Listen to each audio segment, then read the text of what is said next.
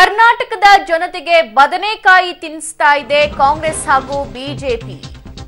BJP ಶಾಸಕರಿಗೆ ಕೊನೆಗೂ ಕರ್ನಾಟಕ ನೆನಪಾದಂಗೆ ಕಾಣ್ತಾ ಇದೆ. 6 ದಿನ ಹರಿಯಾಣದ ರೆಸಾರ್ಟ್ನಲ್ಲಿ ಮೋಜು ಮಸ್ತಿಯಲ್ಲಿ ಈ ಬಿಜೆಪಿ ಶಾಸಕರು ತೊಡಗಿದ್ರು. ಸೋಮವಾರ ಹೋದವರಿಗೆ ಕರ್ನಾಟಕ ನೆನಪಾಗಿದ್ದು ಶನಿವಾರ ಕಡೆಗೂ ಕರ್ನಾಟಕದತ್ತ ಮುಖ ಮಾಡಿದ ವಿಪಕ್ಷ ಬಿಜೆಪಿಯ ಶಾಸಕರ ದಂಡು. ಈಗ್ಲಾದ್ರೂ ನಿಮ್ಮ ಕ್ಷೇತ್ರಕ್ಕೆ ಹೋಗಿ ನೀವಷ್ಟೇ ನಿಮ್ಮ ಮೋಜು ಮಸ್ತಿಯನ್ನ ಮಾಡಿದ್ರೆ ಮಾತ್ರ ಸಾಲದು, ಜನರ ಕಷ್ಟಗಳನ್ನ ಆಲಿಸಬೇಕಾಗಿರುವಂತ ಕೆಲಸವನ್ನ ಮಾಡಬೇಕು. ಅದನ್ನ ಬಿಟ್ಟು 6 ದಿನಗಳ ಕಾಲ, 1-2 ದಿನ ಅಲ್ಲ 6 ದಿನಗಳ ಕಾಲ ಕ್ಷೇತ್ರದ ಬಗ್ಗೆ ಚಿಂತೆ ಇಲ್ಲದೆ ಬೇರೆ ಕಡೆ ಹೋಗಿ ವಾಸ್ತವ್ಯ ಹೂಡಿದ್ರೆ ಏನಂತ ಹೇಳಿ ಜನರು ಕೂಡ ಪ್ರಶ್ನೆ ಮಾಡ್ತಾ ಇದ್ದಾರೆ. ಆದ್ರೆ ಕೊನೆಗೂ ಇವತ್ತು ಅವರಿಗೆ ತಮ್ಮ ಕ್ಷೇತ್ರಗಳು ಕರ್ನಾಟಕ ನೆನಪಾಗಿದೆ. ಕರ್ನಾಟಕಕ್ಕೆ ಬರ್ತಾರೆ, ಬೆಂಗಳೂರಿಗೆ ಬರ್ತಾರೆ, ಆದ್ರೆ ತಮ್ಮ ಕ್ಷೇತ್ರಕ್ಕೆ ಹೋಗ್ತಾರಾ, ಇಷ್ಟು ದಿನ ಆಗದೆ ಇರುವಂತಹ ಕೆಲಸದ ಕಡೆ ಗಮನ ಹರಿಸ್ತಾರಾ, ನಾವೆಲ್ಲ ಕಾದು ನೋಡ್ಬೇಕು. ಓಕೆ, ಹೆಚ್ಚಿನ ಅಪ್ಡೇಟ್ಸ್ ಕೊಡ್ತಾರೆ ನಮ್ಮ ಪ್ರತಿನಿಧಿ ರವೀಶ್. ಕೊನೆಗೂ ಈ ಎಲ್ಲಾ ಬಿಜೆಪಿಯ ಶಾಸಕರಿಗೆ ಕರ್ನಾಟಕ ನೆನಪಾದಂಗೆ ಕಾಣ್ತಾ ಇದೆ. ನೆಕ್ಸ್ಟ್ ಪ್ಲಾನ್ ಏನು? ಕ್ಷೇತ್ರಕ್ಕೆ ಹೋಗಿ ನೋಡ್ತಾರಾ ಅಥವಾ ಇದೇ ಕಸರತ್ತಲ್ಲಿ ಮುಂದುವರಿತಾರಾ ಅಂತ? ಸಭಾ ಪ್ರಮುಖವಾಗಿರ್ತಕ್ಕಂಥದ್ದು ಈಗಾಗಲೇ ಎಲ್ಲಾ ಬಿಜೆಪಿಯ ಶಾಸಕರು ಕೂಡ ಹೊರಡ್ತಾ ಇದ್ದಾರೆ. ಅಂದ್ರೆ ಈಗಾಗಲೇ ಒಂದು 20-25 ಜನ ಶಾಸಕರು ಕೂಡ ಹೊರಟಿದ್ದಾರೆ. ಇವತ್ತು ಮಧ್ಯಾಹ್ನ 2 ಗಂಟೆ ಅಷ್ಟೊತ್ತಿಗೆ ಎಲ್ಲರೂ ಕೂಡ ಈ ಒಂದು ಹರಿಯಾಣ ಗುರುಗ್ರಾಮದಿಂದ ಖಾಲಿ ಆಗ್ಬಿಡ್ತಾರೆ.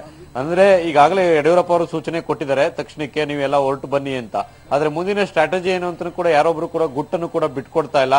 ಹಾಗಾಗಿ ಎಲ್ಲ ಒಂದ್ ಕಡೆ ಸದ್ಯದ ಮಟ್ಟಿಗೆ ಬಿಜೆಪಿ ಒಂದು ರೀತಿಯಲ್ಲಿ ಕಾದು ನೋಡುವ ತಂತ್ರಕ್ಕೆ ಶರಣಾಗುತ್ತೆ. ಹಾಗಾಗಿಯೇ ಕಾಂಗ್ರೆಸ್ ನಲ್ಲಿ ಇರ್ತಕ್ಕಂತ ಒಂದು ಅತೃಪ್ತಿಯನ್ನ ಮತ್ತಷ್ಟು ಒಂದು ರೀತಿಯಲ್ಲಿ ಜೀವಂತವಾಗಿಡೋದಕ್ಕೂ ಕೂಡ ಪ್ರಯತ್ನ ಪಡುತ್ತೆ ಅಂತ ಕೂಡ ಹೇಳಲಾಗ್ತಾ ಇದೆ. ಫೆಬ್ರವರಿ ಮೊದಲ ವಾರದಲ್ಲಿ ಬಜೆಟ್ ಅಧಿವೇಶನ ಇದೆ. ಹಾಗಾಗಿ ಅಲ್ಲಿ ತನಕವೂ ಕೂಡ ಒಂದು ಚಾನ್ಸಸ್ ಕೂಡ ಜಾಸ್ತಿ ಇರುತ್ತೆ ಅನ್ನೋ ಮಾತುಗಳು ಕೂಡ ಕೇಳಿ ಬರ್ತಾ ಇದೆ. ಹಾಗಾಗಿ ಬಿಜೆಪಿ ಹೈಕಮಾಂಡ್ ಯಾವ ರೀತಿ ಸೂಚನೆ ಕೊಡುತ್ತೆ ಅನ್ನೋದು ಕೂಡ ಕಾದ್ ನೋಡ್ಬೇಕಾಗಿದೆ. ಯಾಕಂದ್ರೆ ಇಷ್ಟು ದಿನಗಳ ಕಾಲ ಬಿಜೆಪಿ ಹೈಕಮಾಂಡ್ ನ ಸಲಹೆ ಸೂಚನೆಗಳನ್ನು ಕೂಡ ಪಡಿತಾ ಇದ್ರು. ಈಗಲೂ ಕೂಡ ಮುಂದಿನ ದಿನಗಳಲ್ಲಿ ಅವಿಶ್ವಾಸ ನಿರ್ಣಯ, ಗೊತ್ತುವಳಿ ನಿರ್ಣಯಕ್ಕೆ ಏನಾದ್ರು ಇದು ಮಾಡ್ತಾರ ಅನ್ನೋದು ಕೂಡ ಕಾದ್ ನೋಡ್ಬೇಕಾಗಿದೆ. ಸಭಾ ಓಕೆ, ಸುಮಾರು ಎಷ್ಟೊತ್ತಿಗೆ ಅವರು ಬೆಂಗಳೂರಿಗೆ ರೀಚ್ ಆಗಬಹುದು? ಜೊತೆಗೆ ರವೀಶ್, ಯಾರೆಲ್ಲ ಇವಾಗ ಅಲ್ಲೇ ಉಳ್ಕೊಂಡಿದ್ದಾರೆ? ಈಗಾಗಲೇ ಈಗ ತಾನೇ ಶೋಭಾ ಕರಂದ್ಲಾಜೆ ಅವರು ಹೊರಟಿದ್ದಾರೆ. ಇನ್ನು ಕೂಡ ಸಾಕಷ್ಟು ಸಂಖ್ಯೆಯಲ್ಲಿ ಶಾಸಕರು ಯಾರಿದ್ದಾರೆ ಅವರೆಲ್ಲರೂ ಕೂಡ ಹೊರಡುತ್ತಾರೆ. ಪ್ರಮುಖವಾಗಿರ್ತಕ್ಕಂಥದ್ದು ಇಲ್ಲಿ 2 ಟೀಮ್ ನ ಶಾಸಕರನ್ನು ಕೂಡ ಲೀಡ್ ಮಾಡ್ತಾ ಇದ್ರು ಶೋಭಾ ಕರಂದ್ಲಾಜೆ ಅವರು. ಯಡಿಯೂರಪ್ಪ ಅವರು ಹೋದ ಬಳಿಕ ಈಗ ಈಶ್ವರಪ್ಪ ಅವರು ಇದ್ರು ಕೂಡ ಈಶ್ವರಪ್ಪ ಅವರು ಕೂಡ ತೆರಳಿದ್ದಾರೆ. ಹಾಗಾಗಿ ಅಶೋಕ್ ಮತ್ತೆ ಶೋಭಾ ಕರಂದ್ಲಾಜೆ ಅವರು ಲೀಡ್ ಮಾಡ್ತಾ ಇದ್ದಾರೆ. ಅವರು ಕೂಡ ಸುಮಾರು ಒಂದು 12 ಗಂಟೆ ಅಷ್ಟೊತ್ತಿಗೆ ಎಲ್ಲರೂ ಕೂಡ ಗುರುಗ್ರಾಮದ ರೆಸಾರ್ಟ್ ಇಂದ ತೆರಳುತ್ತಾರೆ. 3 ಗಂಟೆ ಅಷ್ಟೊತ್ತಿಗೆ ಎಲ್ಲರೂ ಕೂಡ ಬೆಂಗಳೂರಿನ ತಲುಪ್ತಾರೆ. ಸಭಾ ಓಕೆ, ಬೆಂಗಳೂರಿಗೆ ಬಂದ ನಂತರ ತಮ್ಮ ಕ್ಷೇತ್ರಗಳಿಗಾದ್ರೂ ಹೋಗ್ತಾರಾ ರವೀಶ್, ಅಥವಾ ಬೆಂಗಳೂರಲ್ಲೇ ಕೂತ್ಕೊಂಡು ಮತ್ತೊಂದು ಸ್ಟ್ರಾಟಜಿಯನ್ನ ಪ್ಲಾನ್ ಮಾಡ್ತಾರಾ ಅಂತ? ಈ ಬಗ್ಗೆ ಬಿಜೆಪಿ ಇದುವರೆಗೂ ಕೂಡ ಯಾವುದೇ ರೀತಿಯ ಗುಟ್ಟನ್ನು ಕೂಡ ಬಿಟ್ಕೊಡ್ತಾ ಇಲ್ಲ. ಆದ್ರೆ ಪ್ರಮುಖವಾಗಿರ್ತಕ್ಕಂಥದ್ದು ತಕ್ಷಣಕ್ಕೆ ನೀವೆಲ್ಲ ನಿಮ್ಮ ಕ್ಷೇತ್ರಗಳಿಗೆ ಹೋಗಿದ್ ಬನ್ನಿ 1-2 ದಿನ ಮಟ್ಟಿಗೆ ಅಂತ ಕೂಡ ಕಳಿಸಬಹುದು. ಅದಾದ ಬಳಿಕ ಮತ್ತೆ ಒಂದು ರೀತಿಯಲ್ಲಿ ಮೆಗಾ ಡ್ರಾಮಾ ಚಲೋಗುವಂತ ಚಾನ್ಸಸ್ ಕೂಡ ಜಾಸ್ತಿ ಇರುತ್ತೆ ಅಂತ ಕೂಡ ಹೇಳಲಾಗ್ತದೆ. ಯಾಕೆಂದ್ರೆ ಈಗಲೂ ಕೂಡ ಬಿಜೆಪಿಯ ಶಾಸಕರು ಮತ್ತೆ ಕೆಲ ಬಿಜೆಪಿಯ ನಾಯಕರುಗಳು ಕೂಡ ವಿಶ್ವಾಸದಲ್ಲಿದ್ದಾರೆ. ನೋಡ್ತಾ ಇರಿ, ಇದು ಬಹಳ ಬೇಗ ಆಗ್ತಕ್ಕಂತ ಕೆಲಸ ಅಲ್ಲ. ಹಾಗಾಗಿ ಇನ್ನೂ ಕೂಡ 1 ವಾರ ಕಾಯಿರಿ ಅನ್ನೋ ಮಾತುಗಳನ್ನು ಕೂಡ ಹೇಳ್ತಾರೆ.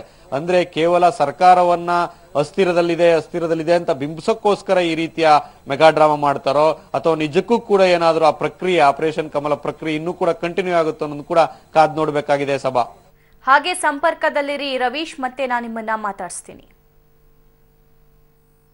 ಕರ್ನಾಟಕದ ಜನತೆಗೆ ಬದನೆಕಾಯಿ ತಿನ್ನಿಸಿದ ಕಾಂಗ್ರೆಸ್ ಹಾಗೂ ಬಿಜೆಪಿಯ ಶಾಸಕರು. ಹೇಳೋದು ಆಚಾರ, ತಿನ್ನೋದು ಬದನೆಕಾಯಿ ಅಂತ ಹೇಳಿ ಕಾಂಗ್ರೆಸ್ ಕಾಲೆಳೆದಿದೆ ಬಿಜೆಪಿ ಶಾಸಕರ ರೆಸಾರ್ಟ್ ರಾಜಕಾರಣಕ್ಕೆ ವ್ಯಂಗ್ಯವಾಡಿದ್ದ ಕಾಂಗ್ರೆಸ್ ಈಗ ಅದೇ ಕಾಂಗ್ರೆಸ್ ರೆಸಾರ್ಟ್ ರಾಜಕಾರಣದ ಬಗ್ಗೆ ಬಿಜೆಪಿ ಪ್ರಶ್ನೆ ಮಾಡ್ತಾ ಇದೆ. ಮೊದಲು ಬಿಜೆಪಿಯವರು ರೆಸಾರ್ಟ್ ರಾಜಕಾರಣದ ಮೊರೆ ಹೋದ್ರು. ಅದಾದ ನಂತರ ಇದೀಗ ಕಾಂಗ್ರೆಸ್ನವರು ರೆಸಾರ್ಟ್ ರಾಜಕಾರಣದ ಮೊರೆ ಹೋಗಿದ್ದಾರೆ. ಒಬ್ಬರ ಮೇಲೊಬ್ರು ಕೆಸರಾಟವನ್ನ ಮಾತ್ರ ನಿಲ್ಲಿಸ್ತಾ ಇಲ್ಲ.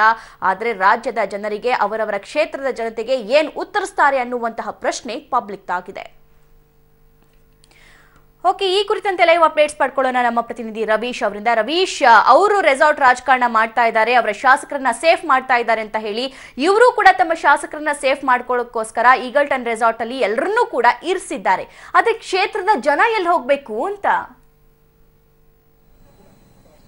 ಖಂಡಿತವಾಗಿ ಕೂಡ 2 ರಾಷ್ಟ್ರೀಯ ಪಕ್ಷಗಳು ಒಂದು ರೀತಿಯಲ್ಲಿ ದೊಂಬರಾಟ ಆಡ್ತಾ ಇದೆ ಅಂತಾನೆ ಕೂಡ ಹೇಳ್ಬೋದಾಗಿದೆ. ಯಾಕೆಂದ್ರೆ ಈಗಾಗಲೇ ಬಿಜೆಪಿಯವರು ರೆಸಾರ್ಟ್ ರಾಜಕಾರಣ ಮಾಡೋದ್ರ ಸಂದರ್ಭದಲ್ಲಿ ಕೂಡ ಕಾಂಗ್ರೆಸ್ ಟೀಕೆ ಮಾಡ್ತಾ ಇತ್ತು.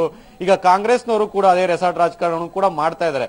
ಹಾಗಾಗಿ ಒಂದ್ ರೀತಿಯಲ್ಲಿ ಕ್ಷೇತ್ರದ ಜನರ ಒಂದು ಸಮಸ್ಯೆಗಳನ್ನ ಆಲಿಸೋದಕ್ಕೆ ಇಬ್ಬರಿಗೂ ಕೂಡ ಯಾವುದೇ ರೀತಿಯ ಕಾಳಜಿ ಇಲ್ಲ ಅನ್ನೋದು ಕೂಡ ಸ್ಪಷ್ಟವಾಗುತ್ತೆ.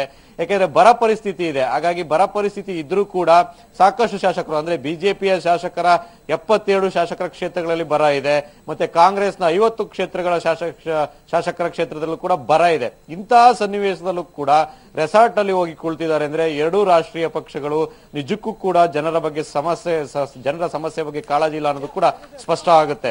ಹಾಗಾಗಿ ಈಗಲೂ ಕೂಡ ಬಹಳಷ್ಟು ಸಂಖ್ಯೆಯಲ್ಲೂ ಕೂಡ ಇಲ್ಲಿ ಶಾಸಕರುಗಳು ಕೂಡ ಹೋಗ್ತಾ ಇದ್ದಾರೆ. ಈಗ ನಾವು ನೋಡ್ತಾ ಇರ್ಬೋದು, ಇವತ್ತು ಅಂದ್ರೆ ಎಲ್ಲೋ ಒಂದ್ ಕಡೆ ಬಿಜೆಪಿಯ ಶಾಸಕರುಗಳಿಗೆ ಆ ಒಂದು ಜನರು ಆ ಕ್ಷೇತ್ರದವರು ನೆನಪಾಗಿರ್ಬೇಕು, ಅದಕ್ಕೆ ತೆರಳುತ್ತಾ ಇದ್ದಾರೆ ಅಂತ ಮಾತುಗಳು ಕೂಡ ದೊಡ್ಡ ಮಟ್ಟದಲ್ಲಿ ಕೇಳಿ ಬರ್ತಾ ಇದೆ. ಸಭಾ. ಓಕೆ ರವೀಶ್, ಥ್ಯಾಂಕ್ ಯು ನಿಮ್ಮೆಲ್ಲ ಮಾಹಿತಿಗೆ.